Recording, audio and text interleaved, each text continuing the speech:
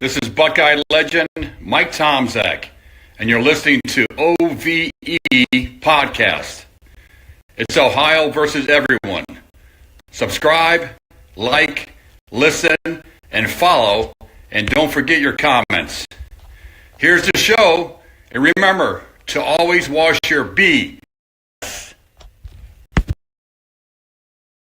It's the Torque from QFM 96. We are going live on this Tuesday with the OVE Podcast, Ohio versus everyone.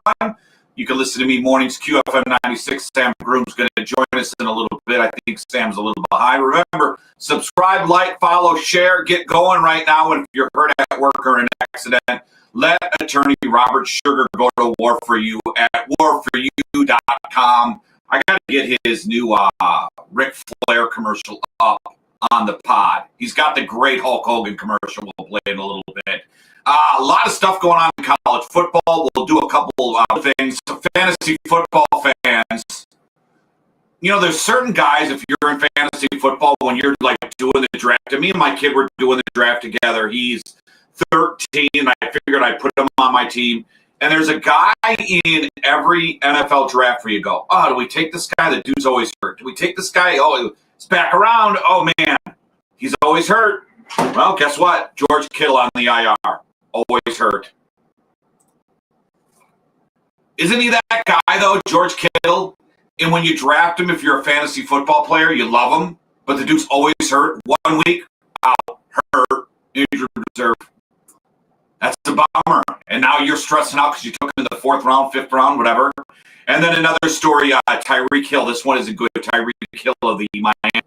And I don't know if you watch pregame shows or not, but a lot of people, the analysts, national analysts, predicting a lot of doom for the Miami Dolphins this year. Tyreek Hill already in trouble. Now, this is from the same, the report is his wife filed for divorce and is claiming this happened, I think, in 2023. Now, he's denying it, but TMZ got a hold of the divorce filings, and now it's become a new story. It's old but new type of thing. But Miami Dolphins could be that team where every year you have that one team where you go, wow, they look really good on paper, and they show up, and then for whatever reason it explodes. You have too many egos on that team and not enough leaders on that team, and you kind of have that wonder boy coach, and where is the air going to pop up? Remember when Harbaugh was with the 49ers, and he gets fired, and you wonder, well, what the hell happened? They went to the Super Bowl like 2 years ago, and then Jim Harbaugh's fired because they get sick of the crap, and that's what happened. I talked to a former Buckeye who was on the team. People just got sick of Jim Harbaugh, and you lose the locker room. And I think Coach McDonald right now is a dude who never played football. And they call him a wonder mind because of his offensive guru. But if you can't, corral the team, you're doomed. And that's what it looks like what's going on with Miami right now. And this isn't a guy, and I usually don't. One thing I don't do is, and I did this for the Browns, and Sam's going to join us. A lot of people were blaming Kevin Stefanski for the locker room problems last year in Cleveland. I don't blame Stefanski for the locker room problems because he's in meetings. That a locker room is for a player to manage, not the head coach. The head coach, when you could say the head coach loses a locker room, that's fair. But when you talk about internal problems in the locker room, that's just like immaturity.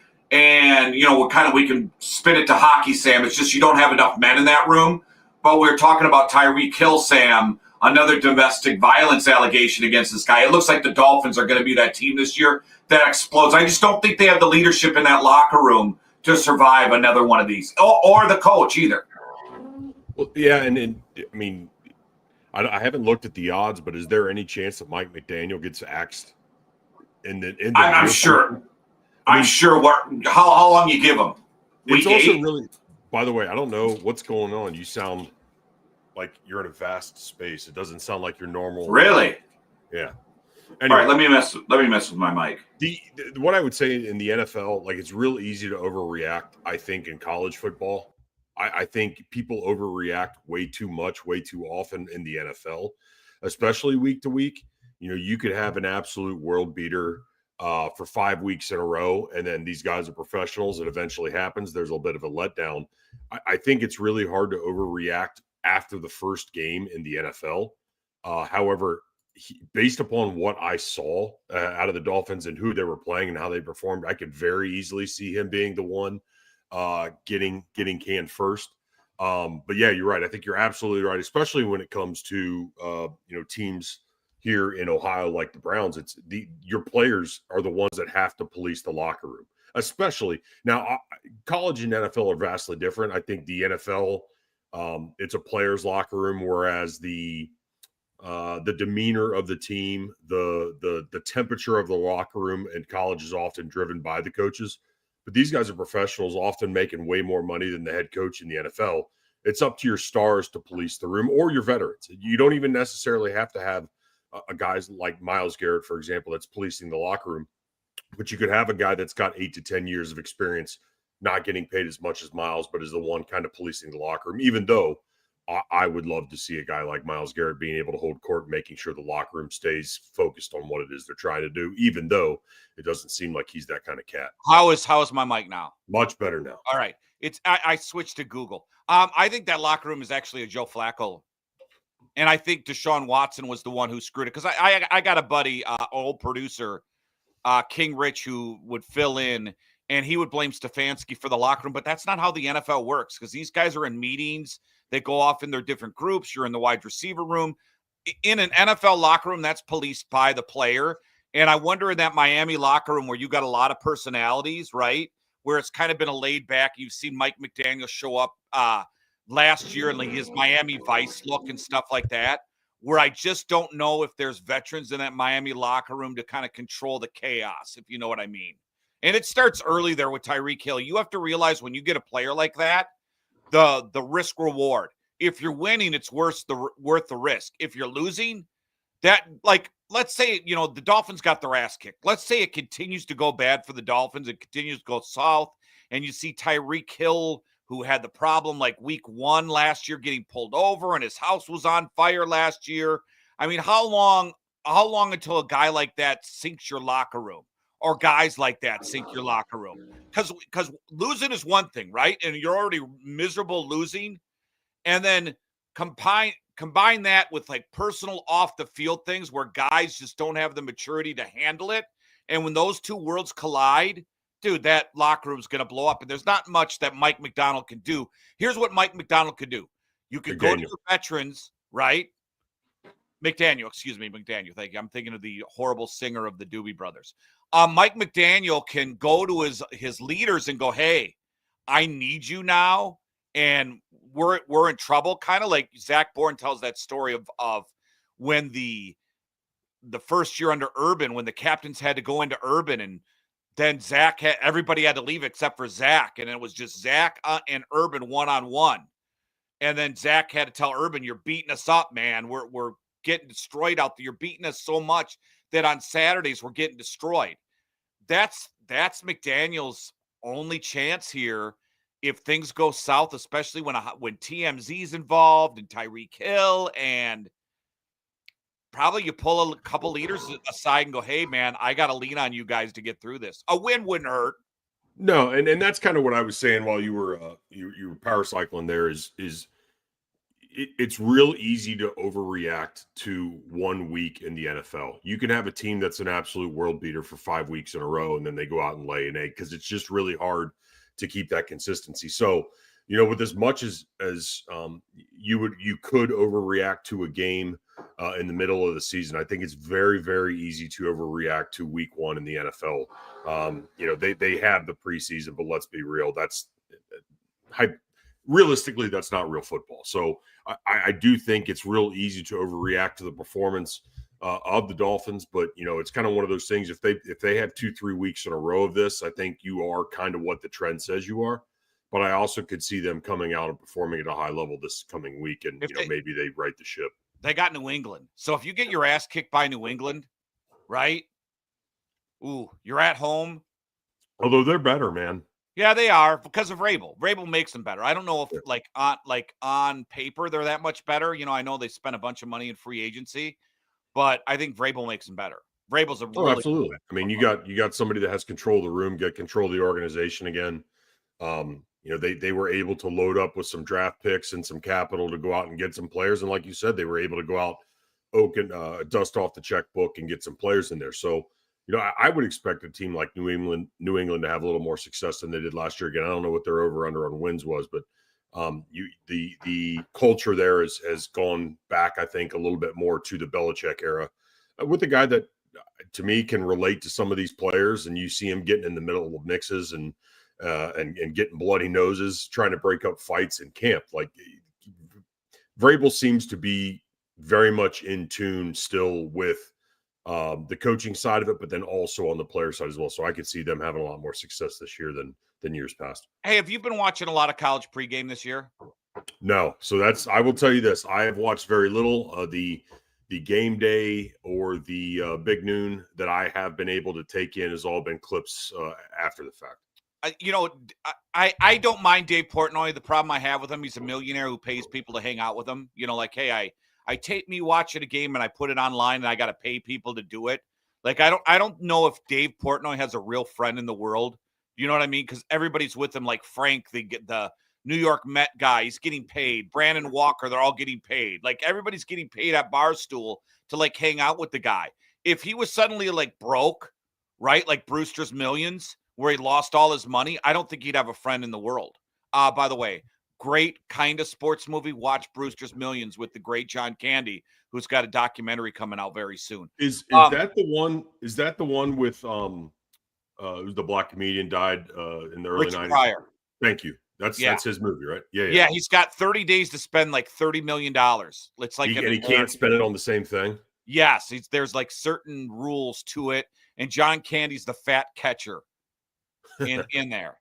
And he does it's really kind of one of those movies where it really holds up, even though it was made like in 1983. You can watch it now and go, all right, I get it. Good flick. It's not like a Charlie Chaplin movie to current day us, right? We can watch it now and we'll be all right. Well, and here's the thing. So I guess to answer your question or to add to your comment on Portnoy, has anybody objectively listened to his takes on football at all? All I see is his lips moving, but nothing of substance coming out. Well, that's what I was going to say. It's all like Michigan homerism. It's like, okay, you bring a special guy and he's not on the panel. So if you haven't seen him, he's not one of the guys who's sitting like, on the table, like in the end zone. They go to him like on the field, but every time he's on the field, he's giving the University of Michigan a Hummer, and then he's ripping the Buckeyes. The thing is, that's bad for your product. It's really bad for your product to have a 10-minute segment where you're taking a dump on your top team in your conference and then giving a yogi to the kind of the villain of the conference, the disgrace of the conference right now. Whether you like it or not, to be non-biased here, Michigan is the disgrace of the conference right now, right? But I did see him kind of crash out after that Oklahoma game, though. Yes, which was absolutely delicious. But it kind of brings me to my point now. He's on video now, and he's working for Fox, and now he's saying, "Well, I got to talk to Larry Ellison, and Sherrone Moore could be fired." So it looks like if Michigan's poor play continues, that a guy who's working on Fox's pregame show is going to be behind the firing of a head coach, which is totally bizarre to me. So he's openly making videos saying, well, I talked to, if you follow it, and I'm like you, I just see clips on like TikTok, but he's like talking on the Barstool brand going, well, I talked to Larry today, a couple more losses and he's fired. I split the bill here. And I think he put in like $250,000 a year for Bryce Underwood or a little bit more, but it was him and Larry Ellison who were splitting the bill here. I just think it's very bizarre.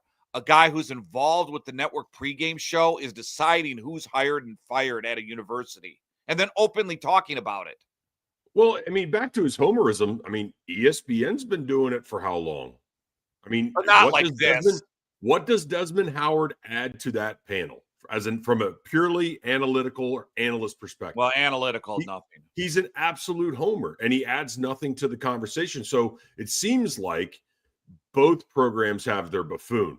Right. It's just, Dave Portnoy has a little deeper pockets and wants to be wants to be, was it Nevin Shapiro or Devin Shapiro, the fanboy down at Miami that was the rich guy that just wanted to be a part of the program that got them into some deep water. I think it's one of those situations where if you just stop paying attention to Portnoy, and I've said this before a million times, if you just stop paying attention to him, he's not able to monetize his trolling or his dumb takes. He'll ultimately just kind of go away. But the fact is, he knows that these people like us, like the general public, are going to react to what he says, whether it's for the good or for the bad.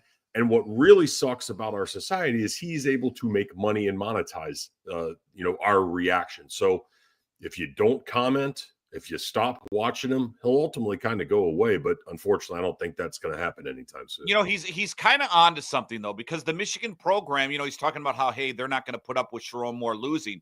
And he's 10-6 as a coach. So he's 10-6. Ryan Day. Hey, quick timeout. They put up with Michigan man Harbaugh going 8-4, 9-3 every year. And when asked, what is Michigan going to do? They said, who are we going to find that's better? So why wouldn't they put up with this ineptitude? Well, here's why. Here's why. Because their program is built on a lie. Do you ever get drunk, Sam, and pick up a girl, and then you go on a date with her, and then you look at her and you go, hold it, that's not the girl that I met at the bar. That's not her. You're shaking it's all a mirage. And then you're like just trying to get the check and get the hell out of there. The Michigan program's a mirage. Everything about the program is fake. They've built a fake program. What they did is they had this psychopath, beautiful mind guy, and they created a program and wins that everything was built on a lie, right? So then they get Larry Ellison, who's new young wife. Larry Ellison, one of the richest guys in the world, a billionaire. He didn't go there, but his wife did. So he throws in the Bryce Underwood money. Then their senior running back is a transfer. And I believe their backup quarterbacks from Fresno State.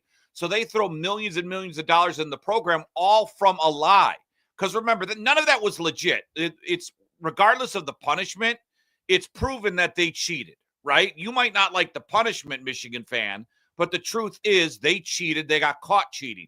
So everything they've established as a program is a lie. Now that they can't cheat anymore, Sam, they're back to reality. And reality is that they're a 10-6 Sherrone Moore program. That's what they are, is 10-6. I think they're having a hard time at Michigan realizing that. I think in their head they kind of think that they were that good, and they're going, well, hey, we got to fire this guy because we're better than 10-6. Where the reality is, though, everything was built on a lie. You're exactly right, Sam, when you said that, the 8-4 and the 7-5s. That's what Michigan is. I just don't think they realize they picked up the drunk, ugly girl at the bar, and they're saying, wait, it's not the same girl. She must be lying about her name.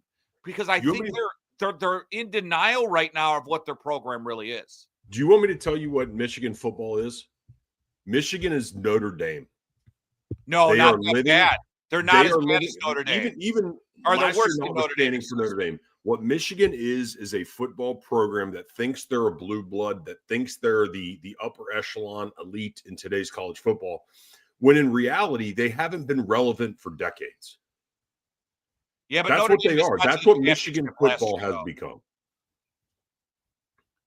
So I'm sorry, like that. The truth hurts. Again, you saw what they did in that 3-year period, and you're very quickly. We have all the data. We have all the data from the 8 years prior to Connor Stallions.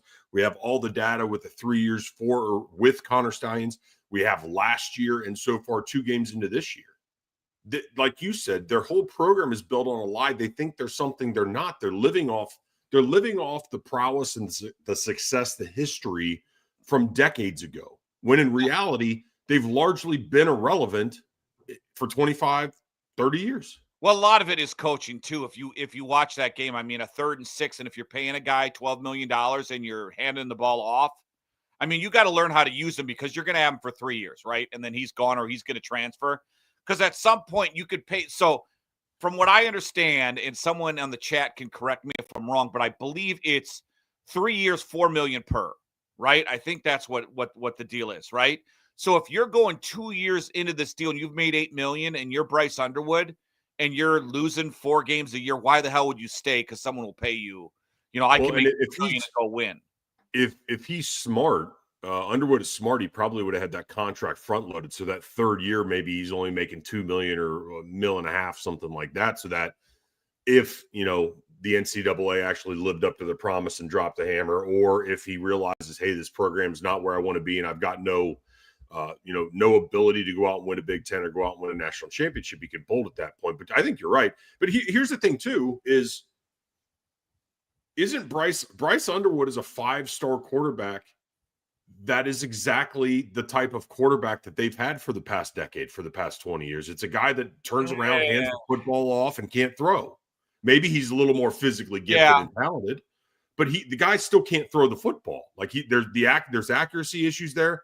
And I think maybe. Well, he's a 19-year-old kid, though. I mean, he's a true freshman, and that's the issue. Like it's kind of like the Arch Manning situation where we build this guy up in the offseason so much we think he's Jesus walking on water with a football, and then he goes out there and he shows that he's still maybe a 5-star guy with all the tools, but he's still very much green and still needs to learn. Now the question is going to be: does the program have the coaching staff to develop Bryce Underwood up to that next level? Because again, we've seen a little bit of a track record recently that they don't really have the brain power behind them to get him to that level. They're very content with running the football and playing defense. And I got news for you. You're not going to win a lot of football games this year because that defense isn't very good either. Riddle me this. If Harbaugh's leaving, why wouldn't Harbaugh take Sherrone Moore with him? Harbaugh's leaving the program, he's such an elite O-line coach, and everybody leaves, and Seattle hires the defensive coordinator, and everybody's leaving. Doesn't Harbaugh want to win on the next level? If Sherrone Moore was that good of a coach, why isn't Sherrone Moore with him? Unless Harbaugh said, hey, you got a great opportunity here. You're going to be the next head guy. I'm going to recommend you. You just stay here. I'm going to throw Michigan a little bone here. He probably would make more money at the next level based upon what he's being paid this year. Correct. He's what, $3 million, $4 million? One quick thing though, if you look at the schedule, there isn't a schedule out there that a team like struggling, crying for help can benefit from. I mean, at home against Central Michigan, at Nebraska, home against Wisconsin, on the road against USC, home against Washington, home against little brother, away home again, or excuse me, did I say away against little brother? Yeah, they're at home against Purdue, at home against away against Smart School, away against Maryland, and at home against a team you've beat legitimately 2 years in a row in Ohio State. To me, if I'm looking at what I invested in this team in reality, I say they run the table. If you're being realistic and saying, okay, I invested this much money on this table, this team, Sam, they should run the table, right? They should. I don't think they will. I see two losses. I see minimum 2 losses, maybe 3 remaining. And then what the hell do you do? Then Sherrone Moore's got to go. Then you got to do the rotating coaches like they did until they found the psychopath cheater. Because remember, they were in a Brady Hoke. Remember Brady Hoke, the big fat guy, and he was talking about like tailgating all the time. Never wore a headset or sleeves. Yeah, and then you had Rich Rod, who's got his ass handed to him. He's already ready to leave West Virginia. And you brought in a rotation of coaches, and Jim Harbaugh was getting his ass handed to him. So if this continues, you're back to being bad Michigan again.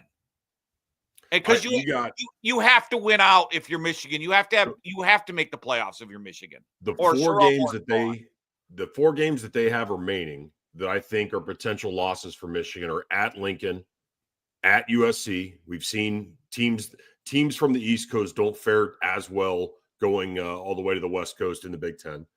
Obviously the Ohio State game, and I think Washington's pretty plucky, even though they're coming east. So I think of those 4 games are very easily to lose. Where does Michigan go from there? I don't know, but based upon O-line development, based upon D-line development, and just the overall offensive play calling, they don't scare. The only thing that scares me about Michigan right now, when in the eyes of Ohio State, is the fact that Ryan Day is going to be on the sideline. Other than that, they're just another team in the Big Ten. They're Wisconsin. They're maybe even Nebraska this year.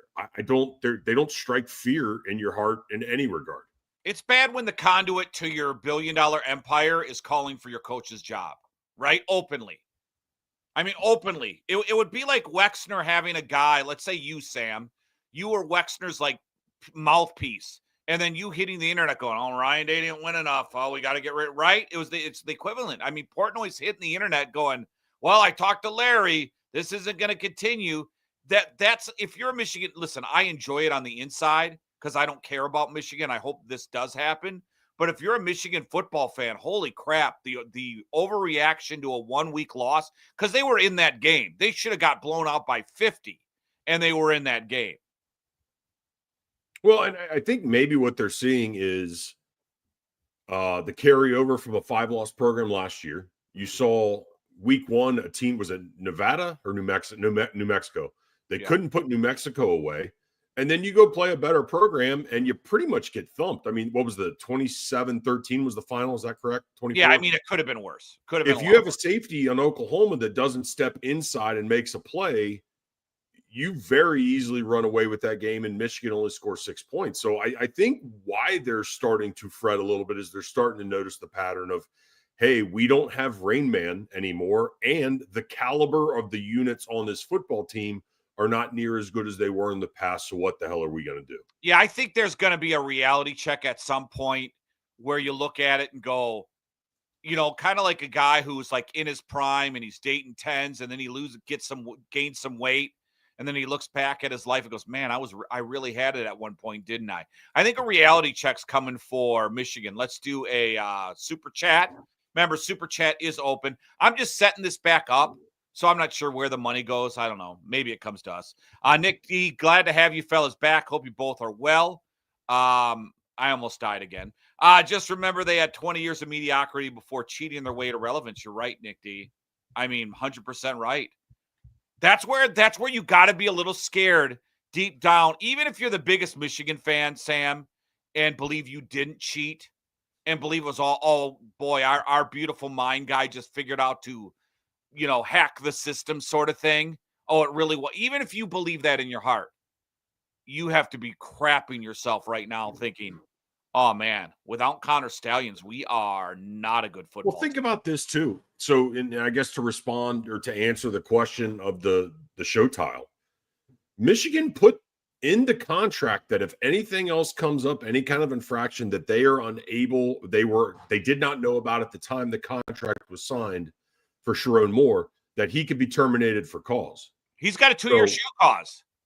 What's that? No, he's got the show cause, which basically means he's not going to be able to go out and get hired anywhere else. So yeah, he's kind of, my guess would be he's on shaky ground anyway. And if Michigan truly wanted to move on from Sherrone Moore, they could fire him for cause and not owe him another red cent. So let's think about this. Let's think about it that way too, because I don't know that. I don't think he's the guy up there. No, he's not. I didn't he's think the guy they needed at the time, though, because remember, Sam, Harbaugh left him high and dry. Remember, there was a period of a few weeks where they were offering Jim Harbaugh like the max to come back and like, hey, please take this. You knew he was, and he was toying with them. Michigan was the 2 a.m. booty call, and they continued to toy with, you know, Harbaugh continued to toy with them. He was their only option, realistically, right? That he could go. That would, because no one, what college coach was going to touch that? I mean, he could go be an O-line coach somewhere, but again, not for, was it 2 years was the show cause he was levied? So, yeah, Michigan could walk away from this, I would imagine, and kind of wipe their hands of it. But again, what else? What do they have lined up that they're going to be able to go out and get? As an Ohio State fan, I'm enjoying it because I think he's not a very good head coach. I don't see them improving. I see pre-Connor Stallions Michigan probably times 2 as far as mediocrity goes. I don't. There's nothing that these guys are doing or that this program is currently doing that scares me one bit. You see, that's why I don't even care about the cheating scandal anymore, because Ohio State won a legit one, and you're so slowly seeing the decay of a program, and it's just a reality check. We take a quick break. Julian's saying just an amazing game against Grambling, and there is one Michigan guy, Sam, I am happy with. We'll do it next on the OVE podcast. After your claim, is your insurance company being a Hulk?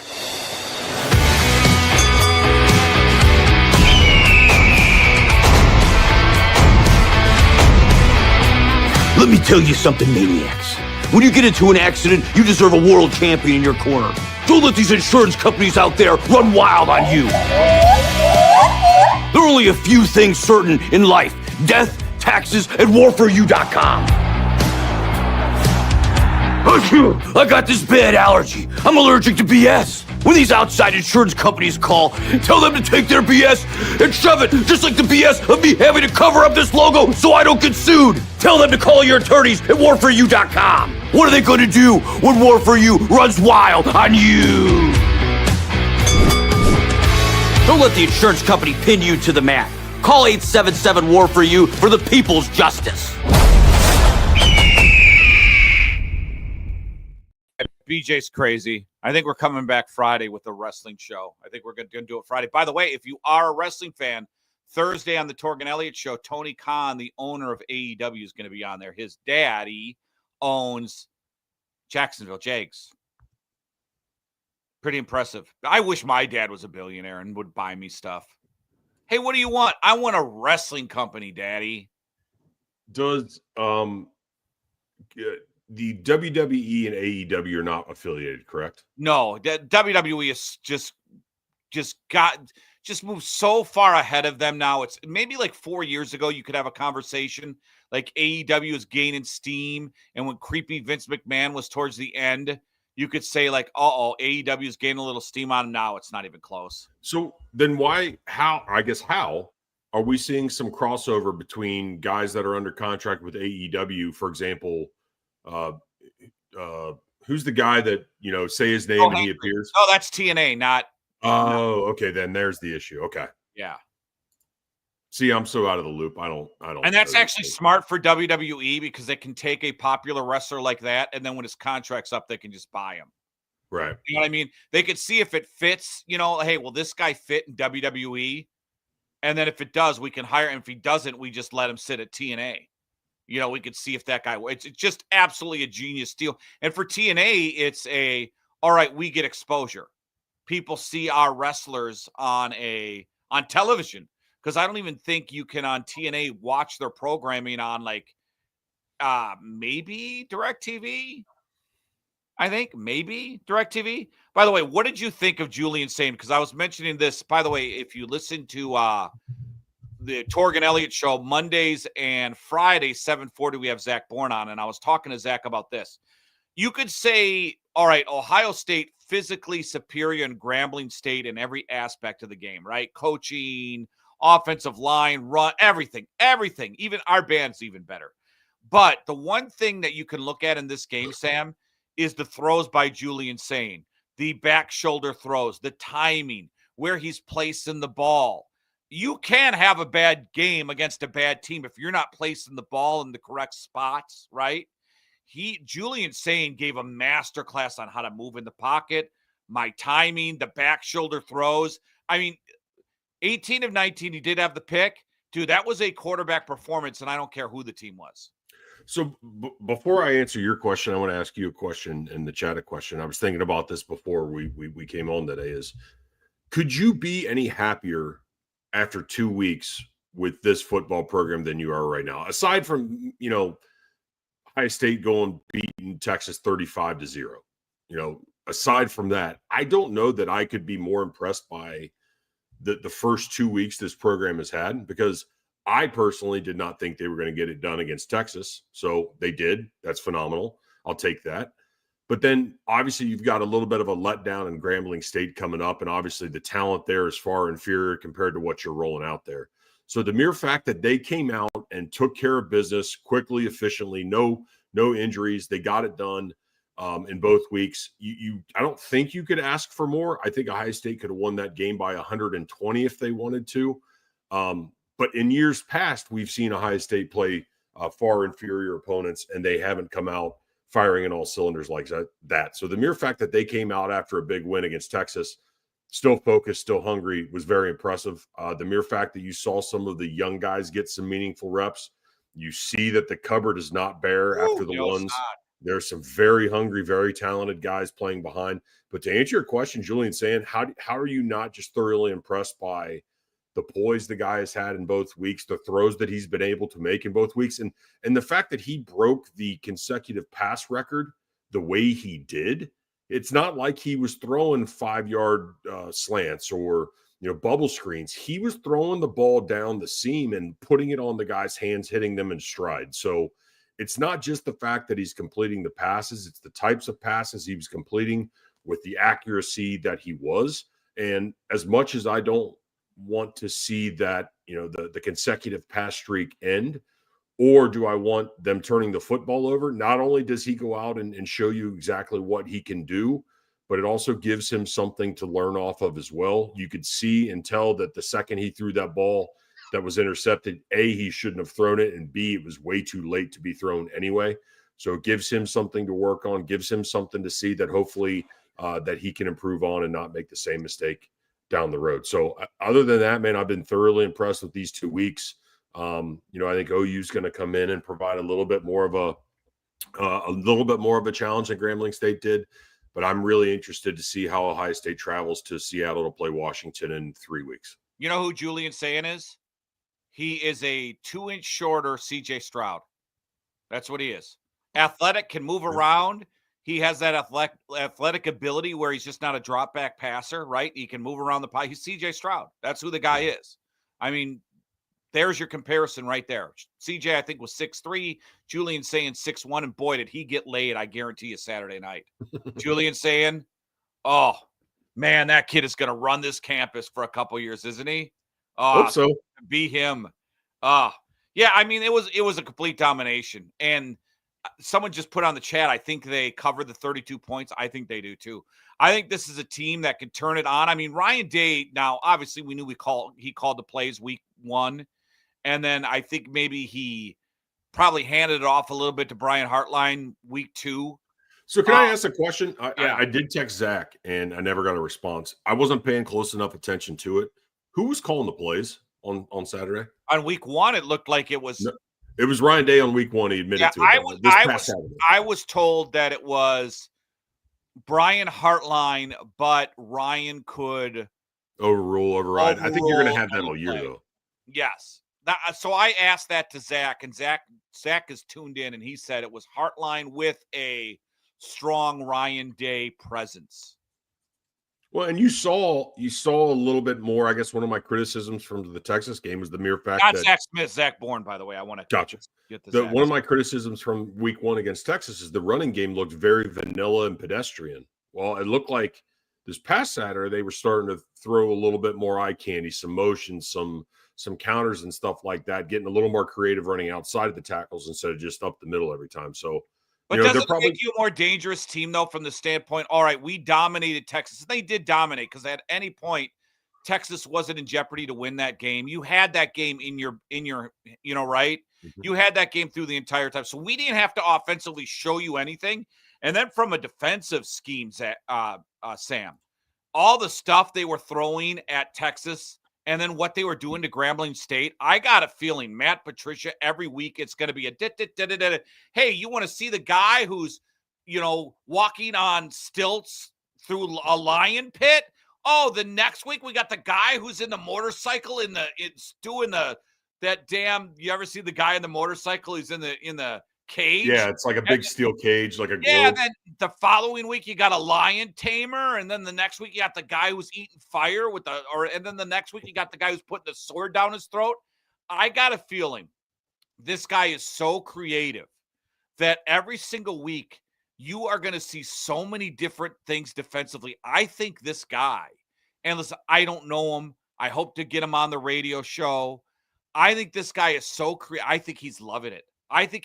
He doesn't have the pressure to be, resurrect a team. Because if he goes to the NFL, think of this.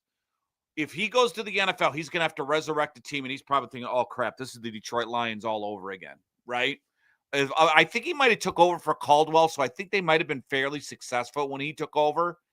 But I'm not looking. I think it might have been Caldwell, but I could be wrong. But it's not the pressure of resurrecting a bad NFL team. And here he could just dial up anything he wants. And the thing is, the majority of the games, Sam, 85%, 90% of the games, they're going to be superior to other teams. So he can do like really big, like I'm taking you to the shower, Bubba, type things to other teams. So I think Matt Patricia on the defensive side is just having fun. And doesn't it look like when you're watching them defensively, you look at it and go, holy cow, this guy is just moving like 5 guys and it was like almost, and we're going to get to this in a little bit, Minnesota and Brian Flores in the second half of that Vike. Did you watch the game last night? I watched a little of the first half. In the second half, Brian Flores was doing things where I'm like, holy cow, dude, this dude is just on a next level when it comes to moving guys around in a defensive game plan. That's Matt Patricia, dude. He is just next level smarts when it comes to defense. See, you're talking offense, and I think it'll get there, but I think it'll be slower because I think Ryan's going to be conservative with his redshirt freshman quarterback. I think defensively, Matt Patricia's already got the 10 speed down the hill, going like 80 down the hill. I think it's Ryan's going to be the one that's going to be super conservative with his play calling. I may be able to set us an interview up, by the way. With who? I'll talk to you afterwards. I don't want to put it out there. And okay, it's not like Jelly Roll, is it? no, we can only have so much crying. You do all the crying on this show that we need. Yeah. But don't you think you got one side of the ball that's going to carry you and do a lot of things, and then offensively they're just going to slow roll this thing because you can when you have Jeremiah Smith. Well, and that's the thing. Like, as much as I think that the defense could win you games this year, I don't know that they may need to, because there seems to always be that 1 or 2 games a year. Nebraska comes to mind last year. Obviously, the Michigan game where the offense, both execution and play calling, let's just say, is not super good or super aggressive. You're going to have that. What I want Ryan Day to get over his reluctance when it comes to play calling with Ohio State's offense, that if things are a little sticky or if the game's a little tight, I don't want to see him go into, well, let's, get under. Yeah. I don't want to see running, ISO off or inside tackle. Like, I don't want to see that. I want to let the guys go out there and win the game. Let your horses run. I just want him to be able to get over that mental block, whatever it is, against whoever it is. Doesn't it scare you though a little bit? What's that? Doesn't it scare you that he could be Michigan Ryan Day again? Absolutely. It's terrifying. But then, on the flip side, you could have Ryan Day against Georgia. You get with Cocaine Day, right? Like, you can have that guy that's out there the last 4 games of the season in the playoffs last year, just reckless abandon. Let's just go and thump these guys. You can have that. But there's always that little guy in the back of my head saying, his asshole is it's gonna clamp up. It's gonna get tight. Here we go again. Yeah. And he plays, instead of playing to win, he plays not to lose. That's what drives me nuts. Let's segue into pro football, and we'll do a guy we all hate. I forgave him last night. JJ McCarthy. I don't know but dude, I'm watching this game. I don't know if you've had a rookie quarterback play as bad for 3 quarters as JJ McCarthy did last night, right? So in my mind, I'm a Vikings fan, obviously, and I win either way with JJ McCarthy. If he sucks, then we could say, hey, they knew the signals, right? He benefited from cheating. And if he wins, then my team wins. And we should all throw it away anyway. You can't be, if you're a Browns fan out there and you go, oh, I hate J.J. McCarthy, well, then you should hate Mason Graham too, because he was part of the cheating crap even more, right? So there's no more being hypocrites. Once they're in the pros, it's all done, right? Those guys aren't college anymore. Let the hatred go. It's a different game. You can't be Browns fan and go, oh, I hate J.J. McCarthy, but I love Mason Graham. You can't do that, because there's actually plays defensively that Michigan moved around, that Buckeye Scoop had. Remember, they're moving everybody around and they knew the play. They cheated more defensively than they did offensively. So don't be a hypocrite. If you go, wow, I hate J.J. McCarthy, then you should hate Mason Graham. But Sam, in this game last night, in my mind, I'm going to myself, well, this guy's so bad. Do you think Atlanta would take a 4th-round pick for Kirk Cousins? Would they take a 3rd-round pick? I'm thinking, how long can Minnesota with that roster go with this horrid quarterback. Then all of a sudden, and I don't know if you saw the clip, he tells the guys to start the fourth quarter. He goes, guys, let's have some fun. Where would we want to be than right here? Is there any place we'd rather be than right here? And they talked about his leadership. I just thought it was BS. But they named him a captain, made NFL history, 3 touchdowns by a debut quarterback, NFL debut, 3 touchdowns in a quarter. They come back from behind 24-6 to win 27-24, sets an NFL record. He's a game manager. Don't get me wrong. He's not going to beat teams and throw for 300 yards. But Sam Darnold was a game manager. He was crap in Seattle this past week. Kirk Cousins, he's riding the bench in Atlanta. J.J. McCarthy will never be an all-pro. Well, maybe he'll be an all-pro because everybody gets to be an all-pro. But J.J. McCarthy, if you're out there going, well, J.J. McCarthy's a game manager. Yeah, he's a Brock Purdy. He's going to be a game manager. That's what he is. He's not going to be a 400-yard game guy. I feel like you can't give all these flowers to J.J. McCarthy without referencing Kevin O'Connell's name at least once. Yes, that's what I said, because all the other guys now suck. You want to talk about a quarterback whisperer? He seems to figure these things out. You know, he seems to be able to. I saw a little bit of the story of when JJ threw that pick 6 and he comes over there and says, let it go. It's done. Go out there and get it done kind of thing. He's able to pick him up. So like your point you just mentioned, what he's been able to do from an offensive standpoint, but then also really squeezing efficiency, proficiency, and expertise out of some of these quarterbacks that have been kind of washed up. I think he deserves as much credit as anybody else. And the fact that you've got him on the offensive side and you got Flores on the defensive side, you know, they should be a formidable team this year. But what I will also say is this: it was just the Bears. Yeah, well, but if you watched it, the Bears were dominating them and they had to make adjustments. Like, I got a text from a buddy and he goes, hey, Axl Rose says patience. You figure a good coaching staff will figure out another coaching staff, right? We'll figure it out. Well, I did say don't overreact to week 1, but again, we much like the Browns, we see the Browns seem to lose ways, sometimes come up with ways to lose games. They did this week. The Browns lost it in the traditional Browns loss way this past Sunday, but it seems to me that the Bears have a little bit of that same type of losing tradition in them, where they go out and just shit down their leg and find ways to lose games that they should win. So again, not going to overreact. Well, you know what happened though in this one is the Bears were punching Minnesota in the face, and then Minnesota punched back, and then the Bears folded. That's what happened. Bears got punched in the face. How many times have we seen it with the Buckeyes, where they're dominated team and then they get punched back and then they fold?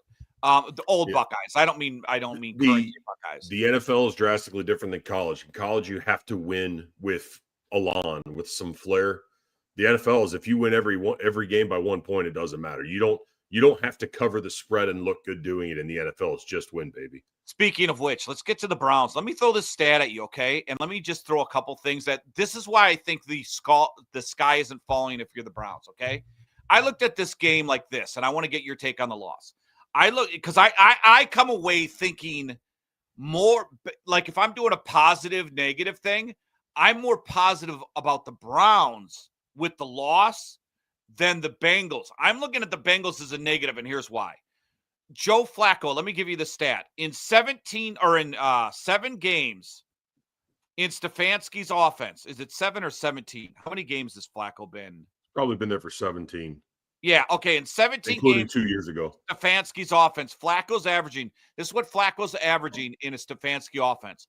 316 yards per game in 17. No, it's been seven games in Stefanski's offense, because remember, he started and not counting the playoffs. So in 17 games, in a 17-game season, Flacco would average 5,300 yards with 36 touchdowns. Joe Flacco in that game. Dude, there's no running back. That offensive line, come on, right? Do you know what the problem with that is, though? The one stat you forgot to include? Well, the wins and losses. Well, he would probably average 30 interceptions as well. Yeah, but those weren't his fault. So I will say this. The interceptions were a bit fluky. I saw, Fannin drop a 3rd down pass right in his hands. I saw Jerry Jeudy drop a 4th down pass directly after that. again, Browns out there being the Browns. I would say this is they were competitive. They were at home. It's really hard for me to get on the train saying that the Browns are going to overachieve based upon last year. I would say this is the Bengals always start slow. They do. And Joe Burrow does not ever play well against the Browns either. So what I would say is this, is that is probably the worst you're going to see the Bengals offense all year. They're only going to get better from there.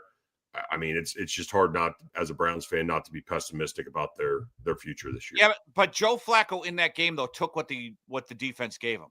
He took what the defense gave him. He looked down the field and said, all right, you're going to give me this. I'm going to take this all game long. I think the problem with the Bengals, where I'd be crapping my pants right now, they had 7 yards of offense in the second half. But here's the problem. So Jamar Chase and T. Higgins get paid. They get the big payday, right? He was forcing the ball to those two guys in the second half.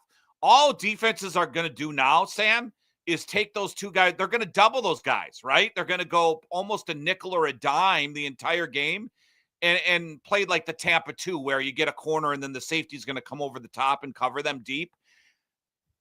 Joe Burrow's going to force the ball to those guys because I think in Joe Burrow's mind, he has to find those guys. Instead of Noah Fant and Johnny Galicki and Chase Brown with a little dump-off pass, instead of doing that, it was almost like he was waiting for those guys down the field, and it just was. And now Cleveland has good defensive backs, so yeah, that's a win big healthy. Win healthy. Absolutely. But I'm worried that in Joe Burrow's mind, he has a feeling that, all right, I got to get we paid these guys tons of money to stay. I got to keep my receivers happy. I got to force the ball to these guys. I'm worried that Joe Burrow has that in his head because the 40-year-old veteran took what the defense gave him, and then Joe Burrow, the younger guy, tried to force things that weren't there. He got sacked. Myles Garrett was eating them for lunch. That offensive line. The other way to look at this too is if you're the Browns, you're playing probably one of the worst defenses in the league, and you could only muster 16 points at home. Yeah. You could probably paint this to make whatever point you want, but the Browns haven't given me anything in the recent past to say, hey, I'm going to give these guys the benefit of the doubt. They just, they weren't able to win this one, But they have a better quarterback. This is the best quarterback they've had to start the season in how many years? Yeah. But again, he's 40 or 41 years old. And if the Browns had a gun to their head and say, who do you want to start? It's probably not Joe Flacco.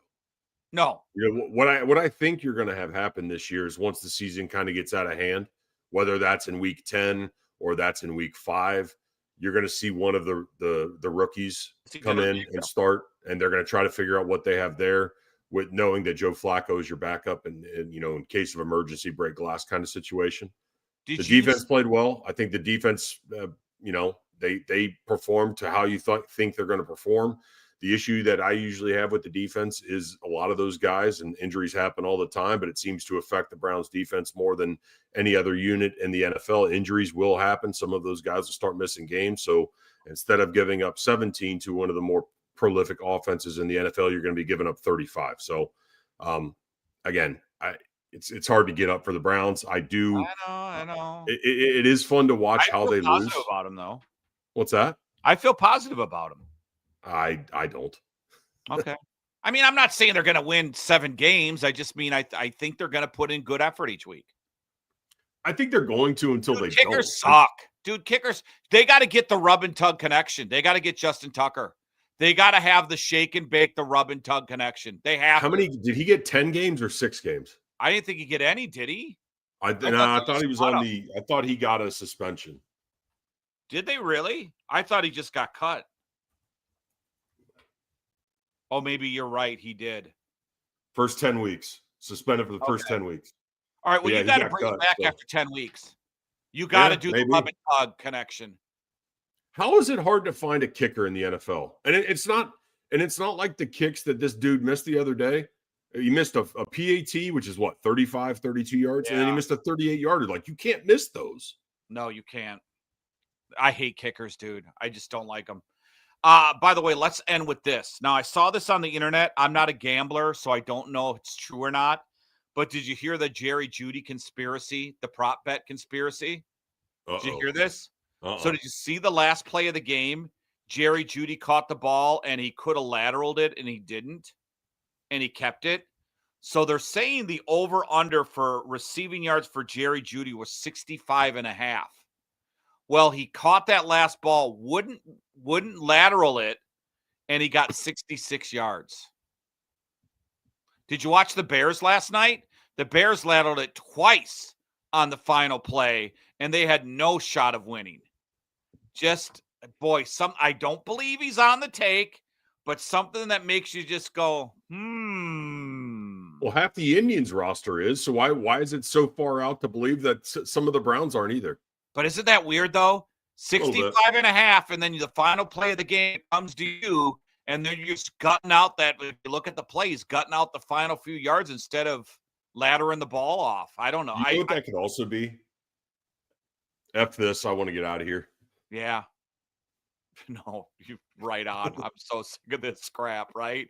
I got another miserable locker room situation where I'm talking about another a loss.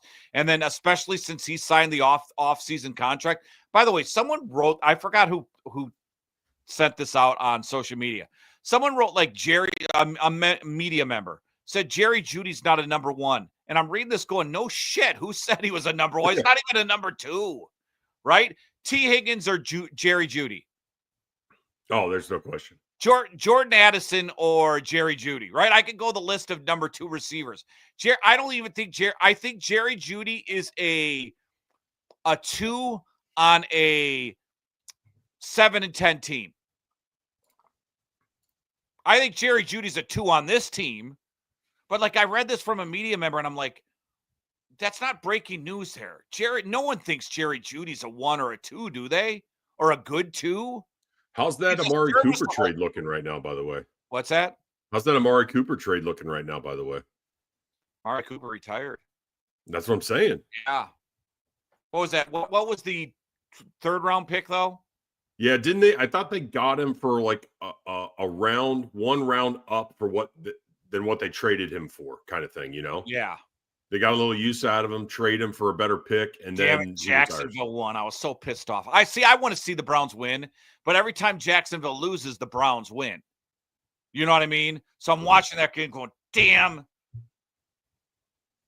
Because I want Jacksonville to suck so the Browns can do something. What if the Jacksonville's like 10-7? God, that would suck. And Travis Hunter gets like 1,500 yards receiving. Oh, that would be the ultimate Browns thing, wouldn't it? Oh, that's ultimate Browns. Yeah, I don't know. You don't see, the problem is you don't see with the guys like Mason Graham, you don't see the grunt guys do their work. Do you know what I mean? Compared to like a Travis Hunter. And especially, I think, didn't the Browns have a corner that's out for the season? Maybe. I think Newsome might be out or Emerson. Okay. And then, Denzel. It was a safety, wasn't it? No. It was a corner. And then, like, Denzel Ward is just like 3. Well, JOK's out indefinitely. So that's a huge blow to the defense. But that's why they don't know if he's going to come back. That's why you drafted, though, the kid from UCLA to take over the play. Well, if you're the Browns, though, you haven't had a first-round draft pick in 4 years or whatever it is, 3 years. So it's kind of like one of those situations you got to tiptoe back into it.